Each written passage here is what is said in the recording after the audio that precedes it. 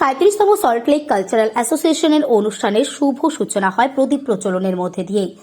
এই অনুষ্ঠানে উপস্থিত ছিলেন শ্রীমতী ছন্দা ভট্টাচার্য, যিনি মেন্টাল এবং চিফ অ্যাডভাইজার। এছাড়া উপস্থিত ছিলেন অ্যাডভাইজার পণ্ডিত শোভেন চ্যাটার্জি এবং চিফ গেস্ট হিসেবে উপস্থিত ছিলেন ওস্তাদ মুস্তুর আলী খান। এছাড়াও যারা উপস্থিত ছিলেন ডেপুটি ডিরেক্টর ভারতীয় বিদ্যা ভবনী Shrimati Sujata Ghosh, president Rathindranath Dutta, vice president Rudradev Mukherjee, এছাড়াও জেনারেল সেক্রেটারি পণ্ডিত অমিত চ্যাটার্জি। এই অনুষ্ঠানের যৌথ ফটো অ্যাওয়ার্ড দেওয়া হয়। শ্রী সন্দীপ ভট্টাচার্যের অকালে শ্রী প্রাণগোপাল বন্দ্যোপাধ্যায় তবলায় এবং শ্রী দীপক শঙ্কর ভট্টাচার্য সেতারে। এছাড়াও সিনিয়র লিভিং লিজেন্ড পণ্ডিত সম সাহাকে সঙ্গীত রত্ন অ্যাওয়ার্ডে ভূষিত করা হয়। Bureau report, news 24x7 TV. মুহূর্তের খবর হাতের মুঠোয়।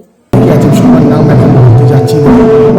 আরেকটা কথা, এই সংস্থা থেকে দুটো অ্যাওয়ার্ড দেওয়া হয়, যেটা গভর্নমেন্ট রেজিস্টার্ড অ্যাওয়ার্ড। সেটা কিন্তু সঙ্গীত নাটক একাডেমি যেটা সরকারি অ্যাওয়ার্ড, তারপরে এই অ্যাওয়ার্ডটা কিন্তু আর কোনো অ্যাওয়ার্ড আমাদের দেশে রেজিস্টার্ড অ্যাওয়ার্ড নেই। যদি মাত্র জুনিয়রদেরকে আর সঙ্গীত রত্ন সেটা সিনিয়রদেরকে দেওয়া হয়। তো এটা হলো একটা কথা। আর আমরা এই সল্টলেকেই এটা করি, এত বছর ধরে করা হয়। আর আমি একজন বাই প্রফেশন একজন শিল্পী, আমি নিজে একজন তবলাবাদক। তো আমি এখন কিছু আমার ভাই মিউজিশিয়ানদের সাপোর্ট নিয়ে আমরা চেষ্টা করছি এই সংস্থাটাকে চালিয়ে নিয়ে যাওয়া।